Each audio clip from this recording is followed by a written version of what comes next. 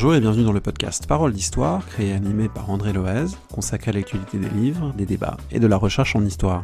Cette année 2021 est riche en anniversaires et en commémorations. Le 18 mars dernier, c'était les 150 ans du début de la Commune, on en a parlé à ce micro, et on recevra bientôt Quentin Duermos pour évoquer son travail à ce sujet. Le 5 mai, ce seront les 200 ans de la mort de Napoléon. On en parle aujourd'hui avec l'historien Aurélien Lignereux. Une émission en deux parties, dans la première ce sera plutôt l'aspect bicentenaire commémoration de l'événement, et dans la deuxième, après 20-25 minutes environ, les renouvellements historiographiques. Vous retrouvez toutes les références citées dans l'émission sur le site paroledhistoire.fr. N'hésitez pas à laisser une note, un commentaire sur iTunes par exemple, vous pouvez aussi vous abonner au podcast sur Deezer, Spotify, etc. Nous retrouver sur les réseaux sociaux, Twitter, Instagram, YouTube et Facebook. Well, I guess it's official. We're now on Facebook. Merci et très bonne écoute. Bonjour Aurélien Lignereux. Bonjour André. Vous êtes professeur des universités à l'IEP de Grenoble, spécialiste de l'histoire du début du 19e siècle et en particulier de la période napoléonienne. Vous avez signé au Seuil le volume de synthèse dans la collection Histoire de la France contemporaine, L'Empire des Français 1799-1815 et plus récemment Les Impériaux aux éditions Perrin. Et donc vous êtes évidemment tout qualifié pour évoquer avec nous ce bicentenaire Napoléon et plus largement l'historiographie napoléonienne. Donc on va aujourd'hui peut-être moins parler d'un homme dont tout ou presque est connu que peut-être vous demander de nous aider à comprendre un champ de recherche qui est très particulier, très singulier, et mettre en lumière ses particularités, ses avancées, ses problèmes à l'occasion du bicentenaire. Ma première question concernerait ce paysage historiographique. On a un petit peu l'impression de l'extérieur que les études napoléoniennes sont un champ avec une porosité plus grande entre les universitaires au sens strict et puis toute une série d'acteurs qui peuvent être des archivistes, des conservateurs, des érudits, des collectionneurs, parfois même des hommes politiques qui, comme Dominique de Villepin, se lancent dans des écrits sur Napoléon. On a l'impression de cette porosité plus grande. Est-ce que c'est le cas ? Oui, effectivement, vous avez tout à fait raison de souligner le paysage très particulier des études napoléoniennes. On va peut-être filer une métaphore. En fait, on est dans une espèce de zone sismique. Enfin, c'est une zone de contact de plaques, pour ainsi dire, ce qui explique un petit peu l'activité et ses turbulences. À mon sens, il y a une première zone de contact, une première ligne de faille entre l'histoire universitaire et l'histoire extra-universitaire. C'est lié d'une part à la sous-représentation du champ napoléonien à l'université, et c'est un vide qui est occupé par des acteurs extérieurs, notamment la Fondation Napoléon. Il y a une trentaine d'années, Jean Tullard avait réussi en quelque sorte à souder ces deux mondes qui ont repris leur position respective. Là, c'est une première zone de contact. Zone de contact, ça ne veut pas dire il y a aussi des échanges. Il y a aussi un enrichissement, il y a un dialogue qui est très salutaire et très profitable. Mais néanmoins, il y a quand même des cultures de travail, de rapport à l'histoire, à la discipline, qui est assez différent. Il y a un second clivage, il y a une seconde coupure, cette fois-ci interne à l'histoire napoléonienne dans l'université, entre modernistes et contemporanéistes, puisque la période napoléonienne, donc le tout début du 19e siècle, se trouve précisément à la frontière entre l'histoire moderne et l'histoire contemporaine. C'est assez nouveau. En fait, c'est un héritage de la dynamique du bicentenaire de la Révolution française. Avant 1989, les choses étaient simples. L'histoire contemporaine commençait en 1789 et donc la période napoléonienne était de plein pied la période contemporaine. Les choses ont changé. Les modernistes qui ont pris en charge la Révolution française sont allés de façon assez logique jusqu'à la fin de la Première République, donc jusqu'à la proclamation de l'Empire en 1804. République qui d'ailleurs perdure un moment sous l'Empire. Donc voilà, ce qui fait que ça change totalement les perspectives, puisque envisager Napoléon dans la continuité de la Révolution, la fin de l'époque moderne, c'est pas tout à fait la même chose que de l'envisager comme le chapitre liminaire de l'époque contemporaine. Et puis il y a un troisième, à mon avis, il y a une troisième coupure, une troisième ligne de faille, qui est plus récente, en tout cas qui s'est renouvelée entre vraiment, et on voit tout à fait ça avec les polémiques liées au bicentenaire, c'est entre l'histoire et la mémoire. Il y a eu 200 ans de mémoire opposée sous l'Empire, une légende dorée, une légende noire, etc. Et là, on observe depuis ces derniers mois un clivage entre les tenants d'un rapport historique très positiviste à l'histoire napoléonienne par la Fondation napoléonienne, qui est un petit peu le gardien du temple, et d'un rapport circonstancié à l'histoire. On peut citer par exemple Thierry Lenz, qui est un peu au centre de cette Fondation Napoléon. Tout à fait, et qui incarne une manière de faire de l'histoire rigoureuse, et puis qui peut être un petit peu dépassée, surpris par une forme de pression de demande sociale, de pression mémorielle, qui peut s'affranchir un petit peu du contact des archives au nom d'autres motifs. Ce qui fait que le champ est particulièrement mouvant et complexe.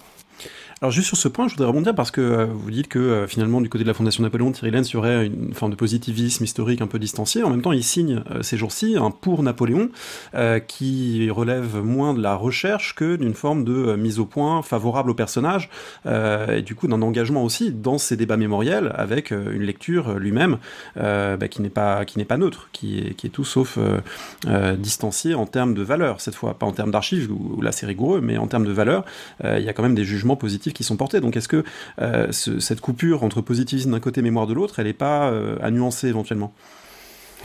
On est c'est tout le problème, un petit peu comment établir un dialogue entre des gens qui ne raisonnent pas, ne sont pas sur les mêmes positions, et puis d'abord pas le même contact au travail. En fait, ce qui s'est passé, c'est que depuis une trentaine d'années, l'histoire extra-universitaire napoléonienne s'est considérablement améliorée au niveau des méthodes. Elle était sur le plan factuel, il y a eu un tournant puriste, un tournant au niveau de du contact avec les sources, un petit peu de la critique interne, externe des sources, qui évite toute une série d'écueils précédents. Et c'est au nom de ce magistère, de cette science historique, que les gens de la Fondation napoléonienne s'estiment en position légitime pour réfuter des attaques qui leur paraissent infondées. Ceci dit, il y a quand même un ADN de napoléonophilie dans une fondation comme la Fondation Napoléon, qui passe par des prises de position tranchées, mais pour se mettre à la portée du débat public, à la portée de la presse qui le relaie. Alors, on a envie de vous demander comment vous positionnez au sein de toutes ces failles et de cette complexité du champ, puisque vous êtes universitaire et vous avez un rapport à l'histoire qui n'est pas nécessairement celui justement des collectionneurs ou des napoléonophiles, mais en même temps vous tenez à l'histoire napoléonienne, vous la tenez pour importance, donc vous avez peut-être aussi un regard critique envers les universitaires qui dédaignent, vous le disiez, ou qui se désintéressent de la période. Oui, la situation est un petit peu inconfortable, puisque on prend surtout l'angle finalement avec des historiens modernistes donc de la Révolution au niveau universitaire. Ceci dit, l'historien universitaire français sur la période napoléonienne peut s'appuyer sur un réseau de chercheurs internationaux important. Puisque c'est sur le plan international, depuis 20-30 ans, il y a eu un profond renouvellement avec des reformulations des problématiques qui a été très appréciable, qui a apporté vraiment un air frais et renouvelé. Donc voilà, il y a un réseau international qui s'est constitué, mais qui est lui-même menacé. Qui est lui-même menacé par l'évolution de l'intitulé des chaires. C'est-à-dire que la dimension d'histoire globale, d'histoire mondiale, d'histoire atlantique, d'histoire caraïbo-atlantique, s'est développée depuis les dernières années et a effacé finalement les positions d'histoire de l'Europe favorables à l'histoire napoléonienne, ce qui rend les choses un petit peu compliquées. Bon, mais ceci dit, vu le nombre de colloques qui se sont déroulés les dernières années, de publications, de recueils collectifs, on n'est pas si isolé que ça. Il y a des manières de prendre langue, des opportunités qui sont multiples, et c'est tant mieux.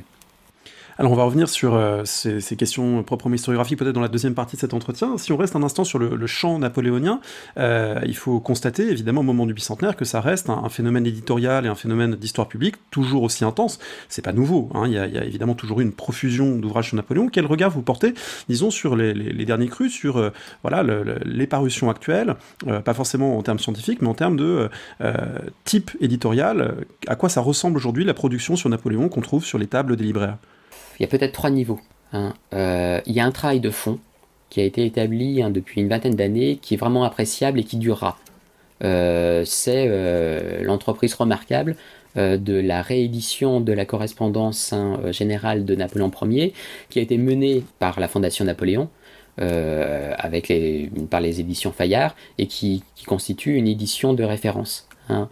Et là, c'est un instrument de travail remarquable, qui sera sans doute numérisé, qui sera sans doute accessible très prochainement en ligne et qui durera.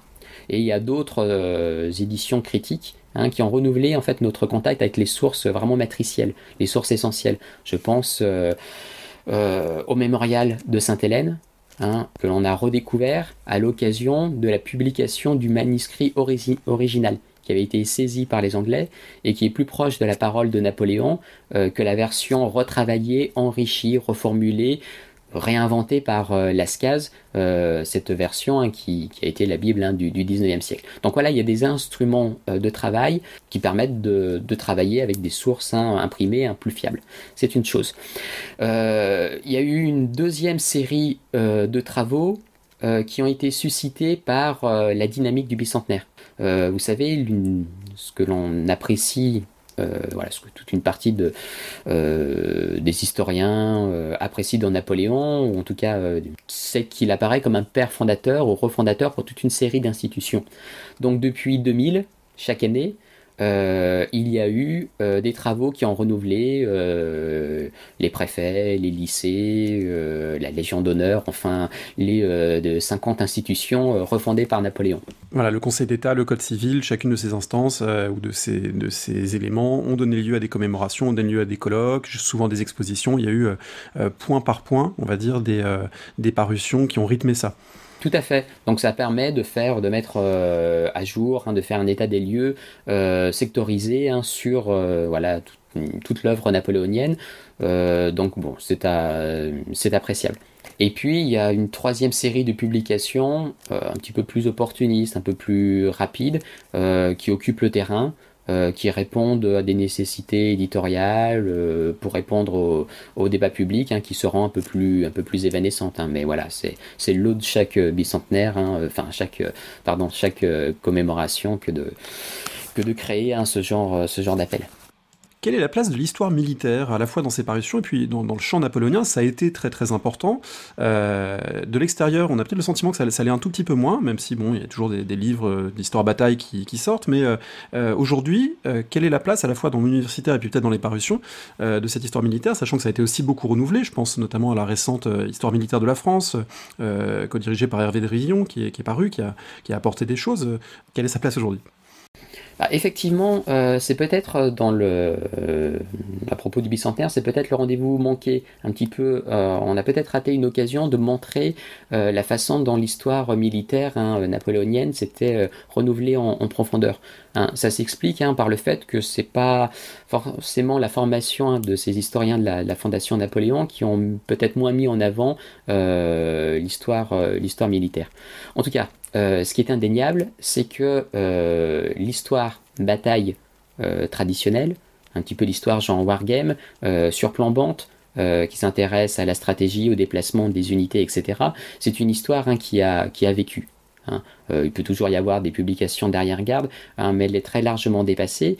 L'histoire bataille a été renouvelée de l'intérieur par une histoire du combat, qui n'est pas née dans le cadre des études napoléoniennes, mais dont les études napoléoniennes se sont emparées avec profit, tirant d'ailleurs avec sa propre généalogie, puisque la littérature du 19e siècle, pensez à la Chartreuse de Parme, etc., a essayé de ressusciter, de retrouver le point de vue de l'intérieur, qu'est-ce que c'est qu'une bataille, ce capharnaüm sensoriel de l'intérieur. Donc il y avait une possibilité de réécrire du point de vue des combattants les batailles napoléoniennes. Ça se fait étape après étape. Il y a des ouvrages remarquables qui sont parus ces dernières années. Le dernier en date, par exemple, c'est un ouvrage qui est né d'une collaboration entre des médecins, des gens d'histoire de la médecine et des historiens menés par Walter Bruyère-Hostel sur les blessures, les corps. Il y a toute une série de thématiques nouvelles sur la souffrance, mais aussi sur la violence de guerre, y compris les violences sexuelles, etc., dans le sillage des batailles, qui renouvelle un petit peu cette histoire militaire, et également la prise en compte de champs d'opérations non conventionnels. Toutes les autres guerres napoléoniennes, en Calabre, en Espagne, et également, bien sûr, outre-mer, en Égypte ou à Saint-Domingue, qui donnent une vision plus large, plus contrastée des guerres napoléoniennes. On enregistre cette émission début avril 2021, à un moment où on ne sait pas encore exactement si et comment les institutions de la République vont commémorer le bicentenaire de la mort de Napoléon. On sait que ça a été un sujet plutôt d'embarras pour les institutions, en dehors, encore une fois, de choses très segmentées, c'est-à-dire que le Code civil est commémoré ponctuellement, mais Napoléon lui-même est compliqué à commémorer pour une république, par définition, et ça s'est vérifié durant ce cycle bicentenaire qui dure finalement depuis 1999, et là qui va se clore en 2021. Alors qu'est-ce qu'on peut dire comme historien du rapport à la commémoration et un petit peu de l'embarras commémoratif qui s'est vu notamment au moment du bicentenaire d'Austerlitz, au moment du bicentenaire de Waterloo. Est-ce qu'on peut peut-être rappeler ces épisodes et dire comment ça fonctionne? Oui, ça s'inscrit effectivement dans une histoire longue, dont la toponymie des rues peut rendre témoignage. Voilà, c'est classique, mais on sait que ne serait-ce que Paris est parsemé. Il y a le boulevard des Maréchaux, toute une série de noms qui évoquent des batailles napoléoniennes, mais Napoléon lui-même, à part la rue Bonaparte, est le grand absent. Donc on est un petit peu dans ce rapport. On se rend compte que la période napoléonienne est incontournable. Elle est à bien des égards matricielle, mais le personnage lui-même de Napoléon est clivant. Il a été clivant pour la mémoire républicaine, en raison d'une histoire, de la façon dont le 19e siècle a eu à se positionner par rapport à la famille des Bonaparte. Le Second Empire a eu le rôle de circonstances aggravantes avec la récidive du 2 décembre 1851. Donc voilà, il y a cette frilosité, cette méfiance républicaine de longue durée qui a joué. D'autant plus que les polémiques autour de Napoléon et c'est ce qui fait la vitalité, l'actualité sont toujours renouvelées de Napoléon, se sont renouvelées en fonction des enjeux de chaque époque. Et chaque époque a vu en Napoléon une forme de repoussoir pour divers aspects. Alors aujourd'hui, toute une série de mutations de la société française, de ses attentes, etc., ont déplacé le repoussoir sur la question très sensible de l'esclavage. Puisque, faut-il le rappeler, Napoléon a en quelque sorte rétabli l'esclavage par une loi fort ambiguë en mai 1802 qui le maintient là où il n'avait pas été aboli et qui, par des circulaires et des consignes plus officieuses, prévoyait la reconstitution intégrale du système d'avant 1789 dans sa double composante, c'est-à-dire l'esclavage et la domination blanche, pour faire bref. Ce genre de décisions apparaissent insupportables pour toute une partie de la population française et rend le personnage de Napoléon odieux et rend une célébration officielle assez délicate, parce qu'il y a des susceptibilités aménagées, et ceci étant dit, on ne peut pas faire comme si Napoléon n'avait pas existé, puisque d'un autre côté, il a tout de même tricoté, constitué l'armature, l'édifice institutionnel français. Donc voilà, on est dans un exercice un petit peu périlleux, voilà, il faut rendre à Napoléon ce qui est à Napoléon, tout en ménageant l'hypersensibilité sur des sujets très, très clivants, comme l'esclavage ou la question raciale. Ça s'est vu notamment en 2015, puisque au moment du bicentenaire de la bataille de Waterloo, il y avait différents chefs d'État ou de gouvernement qui étaient présents, sauf ceux de la France, puisque seul l'ambassadeur de France en Belgique était présent et aucun membre du gouvernement n'y figurait. Donc là, ça atteste un petit peu de cette difficulté de la République à se positionner. Donc on est assez curieux de voir si une formule sera trouvée dans les prochaines semaines, qui risque forcément de nouveau de cliver ou de faire polémique. Oui, c'est vrai que là, il y a une question qui est ouverte. D'après ce qui se dessine, il y aura bien commémoration. Le président en a décidé ainsi. Alors après, la forme qu'elle va prendre va être tributaire, bien sûr, du contexte sanitaire qui impose son rythme, parce qu'il faut bien souligner que l'année napoléonienne que nous vivons est une année napoléonienne qui subit de plein fouet les circonstances des mesures sanitaires.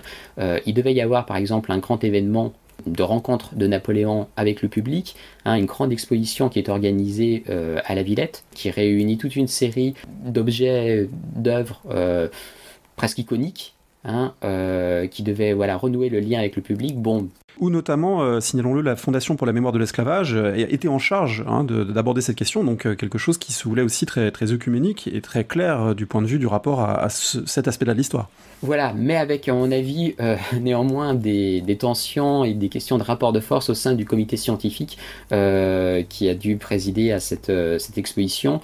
L'idée étant de ne rien occulter et d'aboutir à un équilibre où la question de l'esclavage, la question sensible de l'esclavage apparaîtrait avec notamment l'exposition d'une décision de Napoléon qui montre en fait, qui met à jour ses décisions sur le rétablissement de l'esclavage en Guadeloupe, mais avec aussi l'idée de ne pas réduire Napoléon à la question de l'esclavage, ce qui serait évidemment absurde.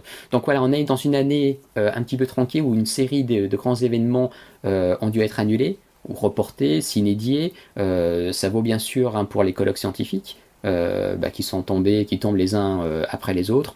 Voilà, on aura sans doute un automne très riche, mais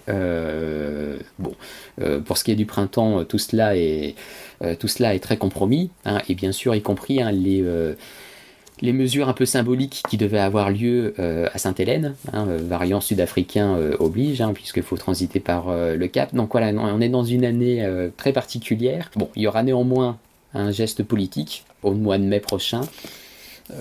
Reste à voir un petit peu sous quelle forme, avec quels mots vont être utilisés. Mais là, il est un peu tôt pour se prononcer.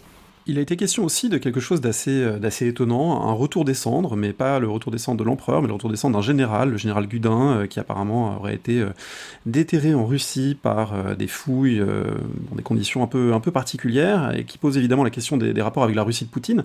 Qu'est-ce que vous pensez de cet épisode, qui évidemment a sans doute plus de vertus diplomatiques du point de vue de ses concepteurs, que proprement scientifique, parce que le fait qu'il y ait des soldats ou des officiers morts en Russie n'est pas une découverte évidemment pour quiconque.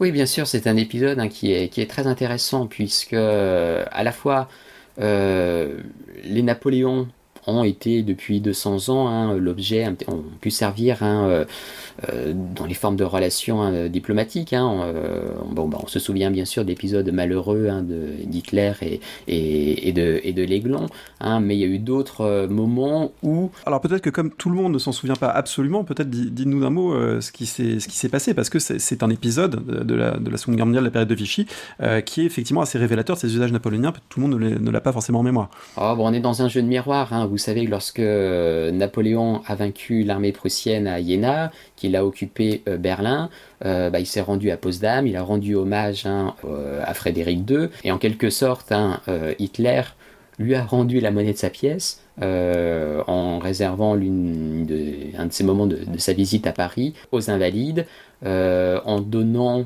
un geste symbolique, une des rares contreparties de la politique de collaboration avec le retour des restes de l'Aiglon à Paris. Hein.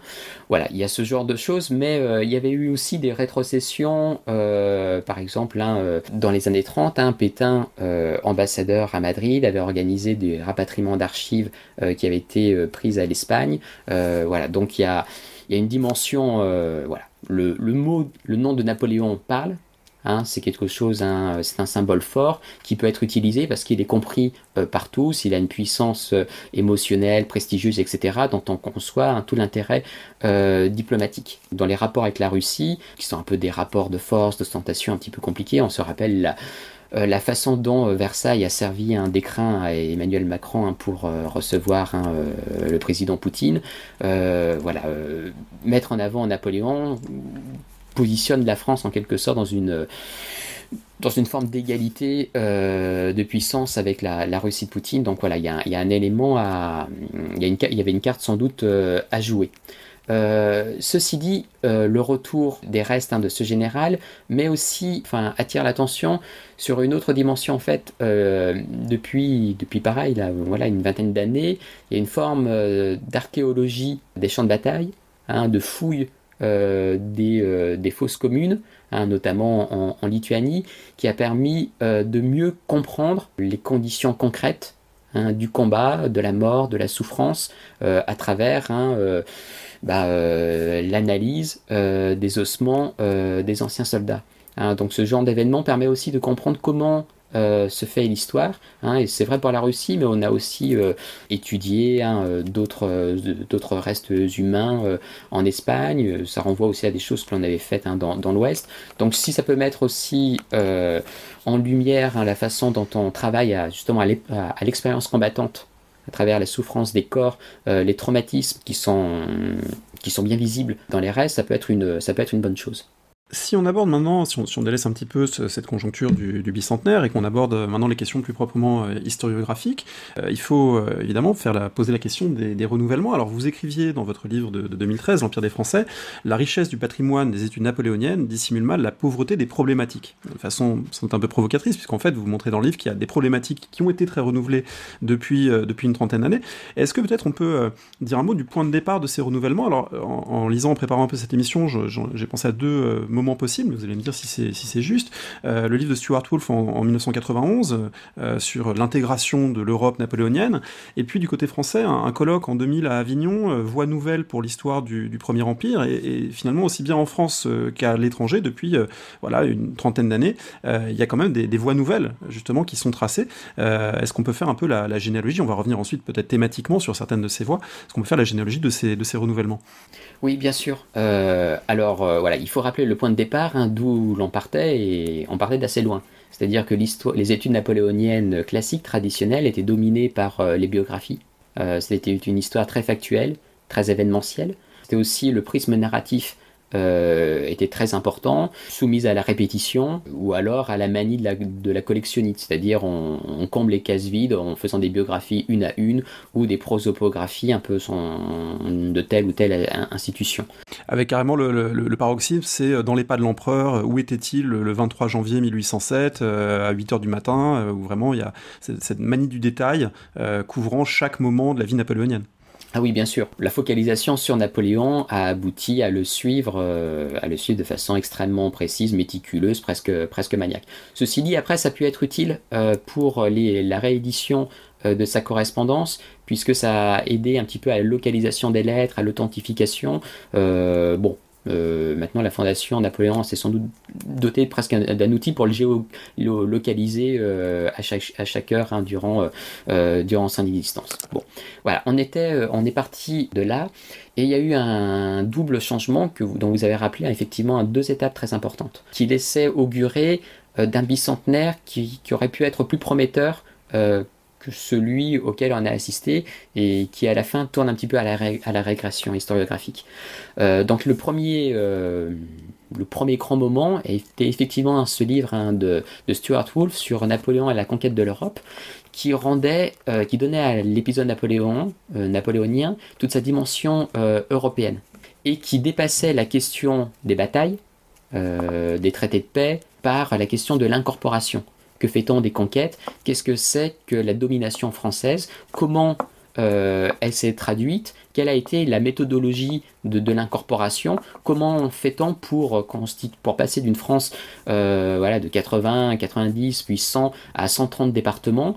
Comment on s'y prend en un laps de temps qui est un véritable défi pour les bureaucraties mobilisées?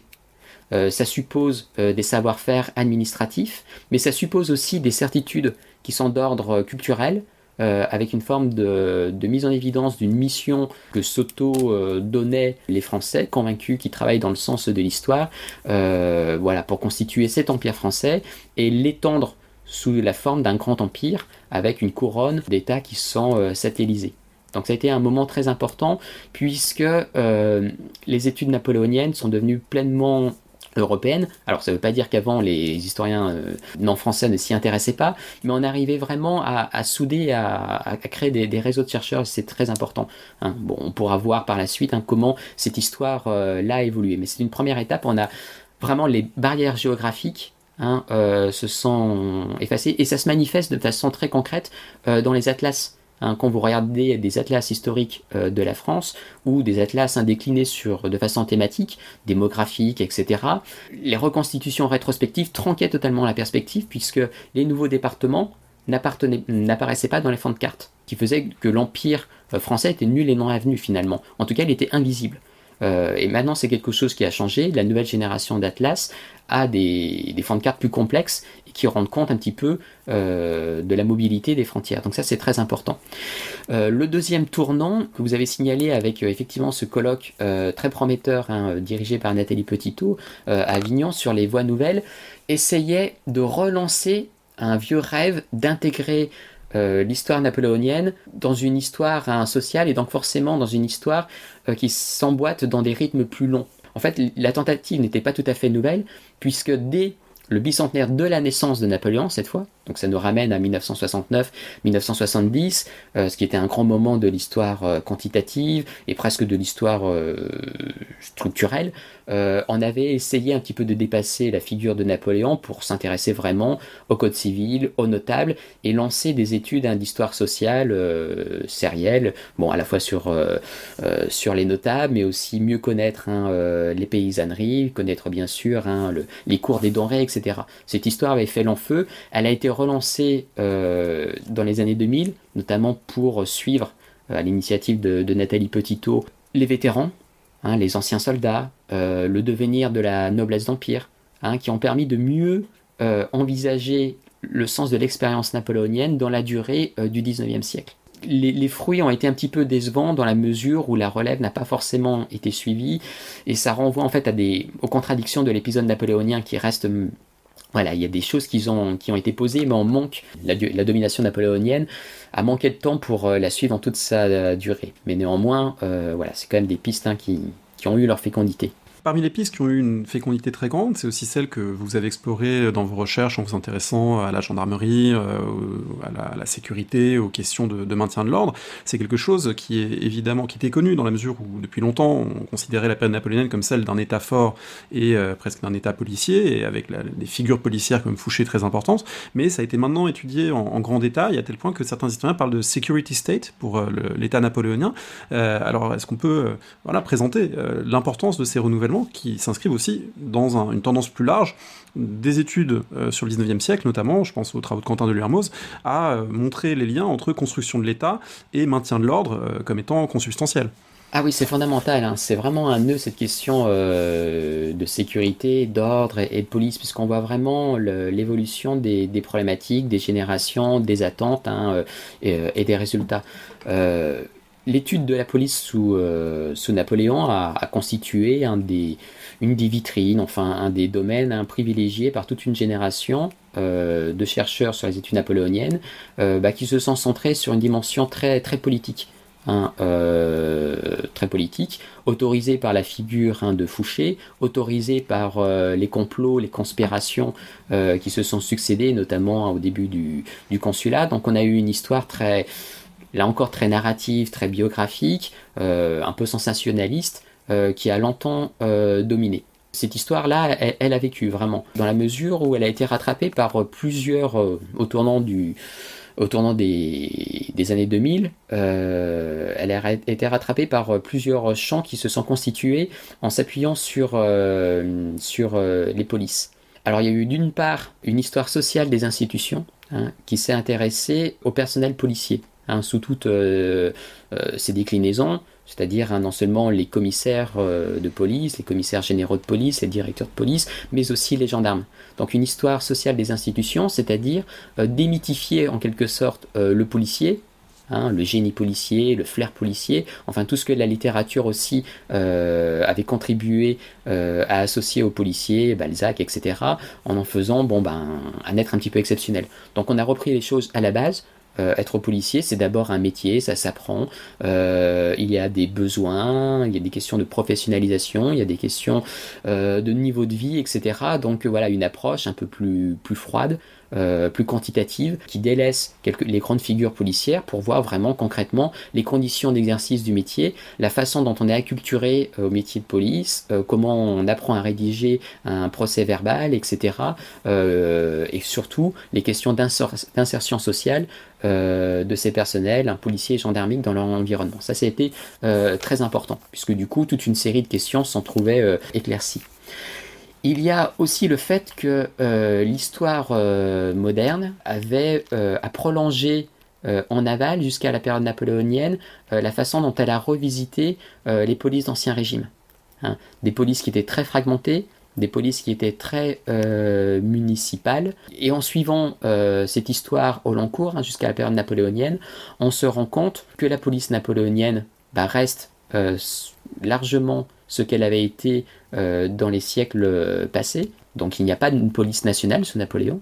Il y a une superstructure ministérielle, le ministère de la police générale. Il y a une institution centralisée comme la gendarmerie nationale, mais qui utilise les ressources des communes. Par exemple, les commissaires de police sont nommés par le pouvoir central, mais restent rétribués par les communes. Et l'originalité de la période napoléonienne se trouve relativisée par le fait que toute une série de réformes qui ont été mises en œuvre sous Napoléon, en fait, étaient dans les cartons des réformateurs des Lumières. À la faveur un petit peu du bouleversement révolutionnaire, de la fin des corporatismes, etc., Napoléon a pu faire aboutir toute une série de réformes, notamment sur la territorialisation des polices, des choses qui étaient dans l'air du temps, et ce qui explique finalement une forme d'acception de ces réformes.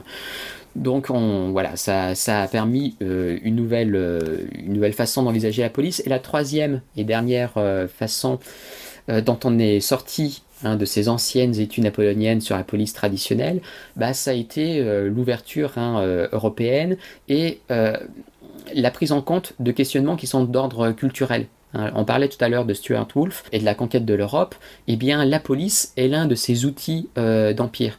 Et un historien comme Michael Bross a commencé par étudier la gendarmerie, notamment dans le Piémont, pour voir comment finalement la gendarmerie, elle offrait au pouvoir napoléonien une espèce de support, d'argument pour lier langue, faire une espèce de contrat avec les notables piémontais, en apportant l'ordre, la sécurité, en échange de leur ralliement, et tout en permettant à cette gendarmerie d'être un outil de civilisation presque, de francisation dans une certaine mesure, en sachant que bien des nuances doivent être apportées. Ces nuances sont celles qu'apporte l'histoire sociale des institutions.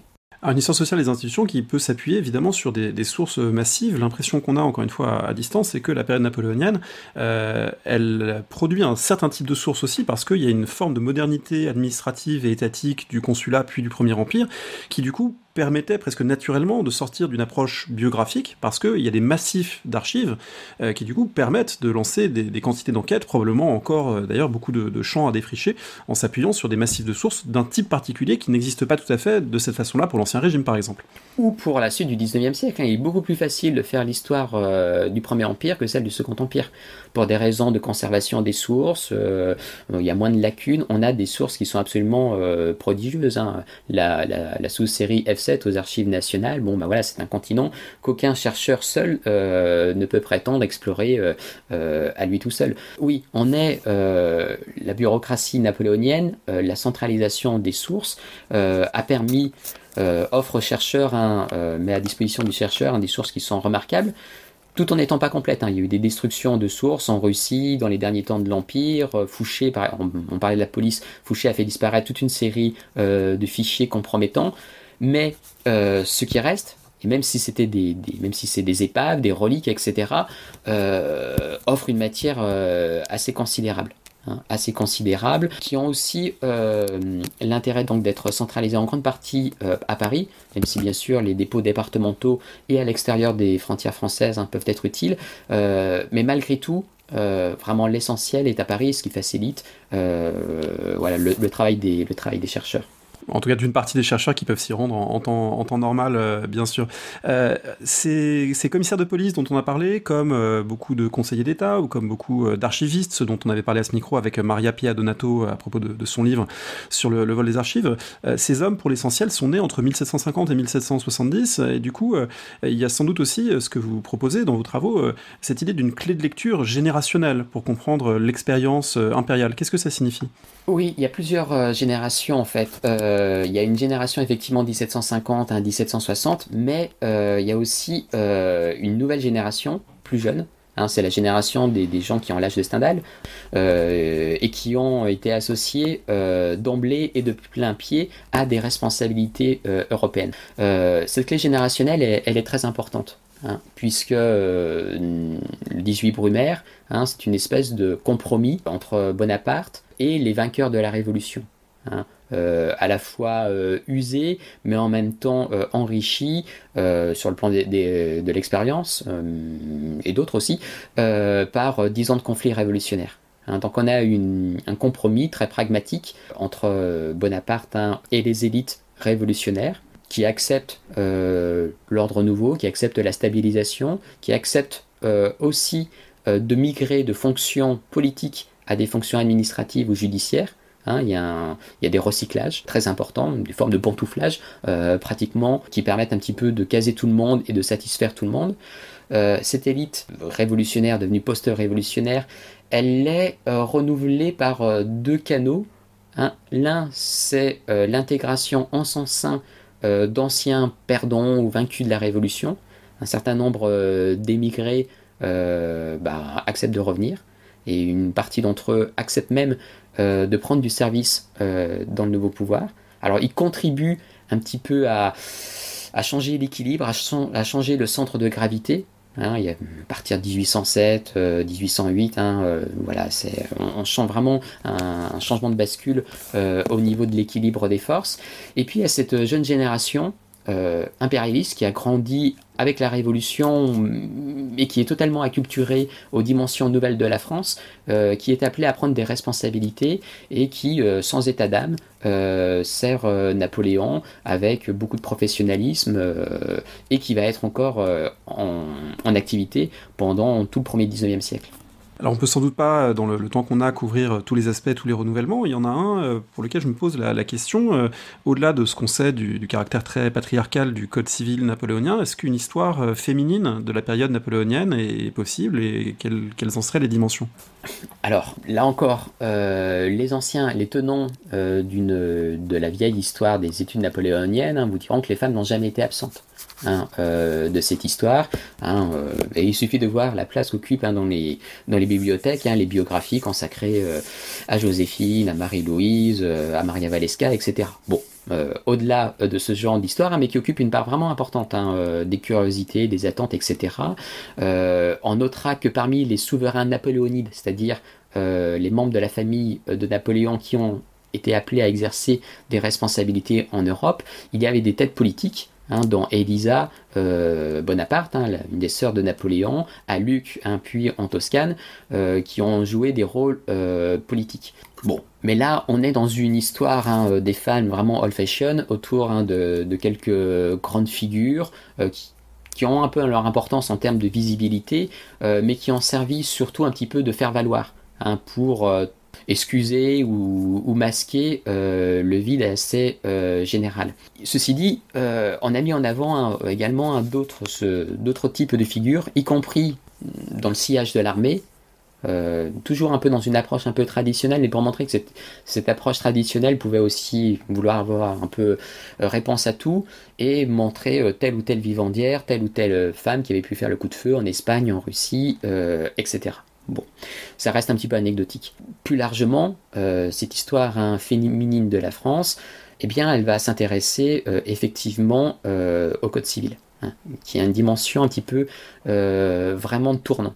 Un tournant important puisque nul n'ignore que la Révolution avait fait bouger considérablement les choses en matière de famille et en matière en fait aussi de conception sous-jacente à la famille, notamment une vision plus conjugaliste qui mettait en avant le couple, je pense aux travaux d'Anne Verjus. Alors qu'est-ce qui se passe sous Napoléon? En fait, le changement, il a été précédé par le Directoire et même à partir de Thermidor. Le changement, en fait, le tournant, il s'est opéré en avant. Napoléon va, comme en d'autres domaines, codifier, donc consolider, donc entériner de façon un petit peu irrévocable un changement qui lui était antérieur et qui va s'accompagner d'une certaine manière, d'une forme de régression, en tout cas de limites qui sont apportées aux droits des femmes. On pense notamment au divorce et à l'asymétrie dans les conditions du divorce, dans la manière dont est jugé et sanctionné l'adultère. Le Code civil va marquer le 19e siècle en contribuant à changer un petit peu les rapports au sein du couple et déterminer pour tout un siècle la condition féminine. Alors, donc on peut, pour faire une histoire féminine, donc il y a eu cette histoire autour de quelques grandes figures. Il y a une histoire qui est plus structurelle, qui insiste un petit peu sur la mise en loi, l'institutionnalisation de l'infériorité des femmes.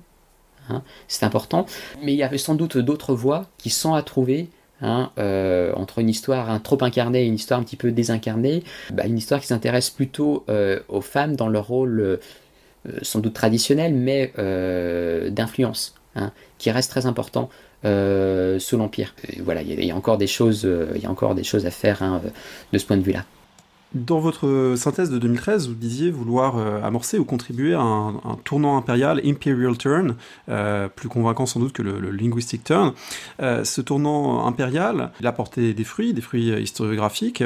Il est aussi discuté, si on pense notamment aux propositions de Michael Brewers, qu'on a cité précédemment, qui voit en partie dans la période napoléonienne quelque chose comme la matrice des impérialismes de la fin du 19e siècle, disant que finalement, un empire qui conquiert des territoires pour affirmer sa supériorité et civiliser les populations et imposer un modèle de l'extérieur, finalement, ça peut faire penser à ce qui s'est produit ensuite en Asie ou en Afrique du fait des impérialismes européens. Alors comment vous voyez cette proposition historiographique et comment on peut contribuer finalement au débat sur ce tournant impérial? C'est une question passionnante qui aurait dû faire l'objet d'un colloque qui devait se tenir à Grenoble, précisément au cours de ce mois de mars. Bon, il y aura une publication sur l'Empire après l'Empereur, en fait. On va essayer de comprendre la place de l'histoire de l'Empire napoléonien dans l'histoire des empires. Puisque de manière un petit peu paradoxale, l'Empire napoléonien est sous-représenté dans cette histoire des empires qui s'est développée. C'est très paradoxal, puisque c'est une expérience qui est authentiquement européenne, et voire mondiale, et pourtant elle est sous-représentée en raison un petit peu de ses ambiguïtés, de ses contradictions. C'est très net lorsqu'on regarde la synthèse de Burbank Cooper, un petit peu la façon dont on voit apparaître les ambiguïtés de la période napoléonienne. Alors, il y a plusieurs choses à mettre en œuvre. La première chose peut-être, ça serait de dissocier, et là ça s'impose, le projet de Napoléon et un projet plus général porté par les élites françaises. En fait, et c'est là où il importe un petit peu de décentrer l'approche de Napoléon. Napoléon n'est pas un idéologue. L'empire qu'il construit est un empire pragmatique, qui s'appuie sur les forces sociales existantes, influentes. Mais un certain nombre de ces relais, de ces représentants, sont animés par une conception plus volontariste. avec des nuances propres. Certains sont menés par un idéal révolutionnaire qui se perpétue à l'extérieur des frontières. Il s'agit aussi de faire un homme nouveau, en quelque sorte, en tout cas de révolutionner les choses. D'autres sont portés par une aspiration plus longue dans l'esprit des Lumières, et d'autres reprennent une espèce de sentiment de supériorité qui remonte à la France monarchiste, sur la supériorité de la langue française, etc. Et ces représentants napoléoniens écrivent, pensent et produisent donc des archives qui permettent de donner un tableau très foisonnant, mais aussi contrasté du projet culturel impérial. Ce qui fait qu'il est assez difficile d'en faire la synthèse, puisqu'il y a un peu de tout. Et que la brièveté de l'expérience militaire et politique a coupé court, n'a pas permis de voir un petit peu le projet qui allait l'emporter. Donc ça, c'est important, bien dissocier le projet de Napoléon de ses pratiques, tout en rappelant aussi une autre dimension très importante constitutive des études napoléoniennes contemporaines, c'est la distinction perpétuelle nécessaire entre le court terme. Le court terme, il faut que l'empire soit rentable, il faut des hommes, il faut des impôts, et les perspectives du long terme, c'est-à-dire une politique de développement, de constitution d'un espace européen avec des canaux, des routes, un espace de civilisation commune, etc. Ça, c'est très important. Quand on a dit ça, il y a quand même des remarques importantes, et ça fait partie des choses que l'on a pu reprocher à Stuart Wolf et à Michael Bruce. L'Empire français est un empire où règne l'égalité politique. C'est-à-dire qu'il n'y a absolument pas de discrimination entre les anciens Français et les nouveaux Français. Au contraire, il y a une politique très volontariste pour les attirer dans les fonctions. Ils sont tous citoyens, ils ont tous le même droit de vote, l'égalité devant les emplois est pleine et entière. Ça, c'est très important. Le pouvoir napoléonien multiplie les appels du pied pour rallier. Il n'y a pas de ligne des couleurs, il n'y a pas de distinction entre dominant-dominé qu'il pouvait y avoir, qu'il y aura dans les empires ultérieurs. C'est vraiment une différence absolument fondamentale. Il ne faut pas faire d'amalgame à ce niveau-là. Et si distinction il y a, dominant-dominé il y a, c'est au niveau social que ça joue. C'est au niveau social que ça joue, mais les notables, qu'ils soient italiens ou français, sont sur un pied d'égalité au sein de l'Empire, et ça change, ça change beaucoup de choses.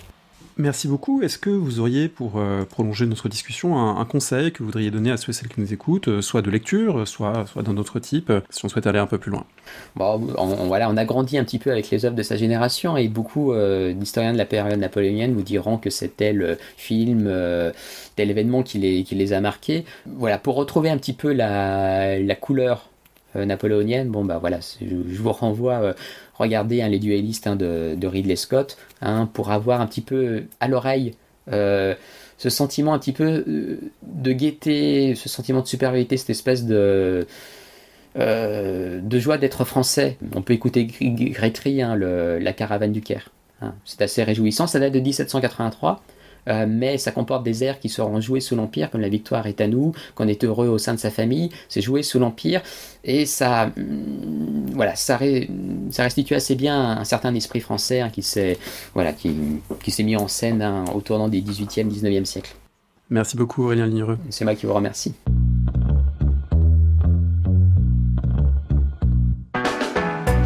Merci de nous avoir écoutés. Rendez-vous sur le site www.paroledhistoire.fr pour toutes les informations sur le podcast, pour vous abonner, écouter ou télécharger les autres émissions.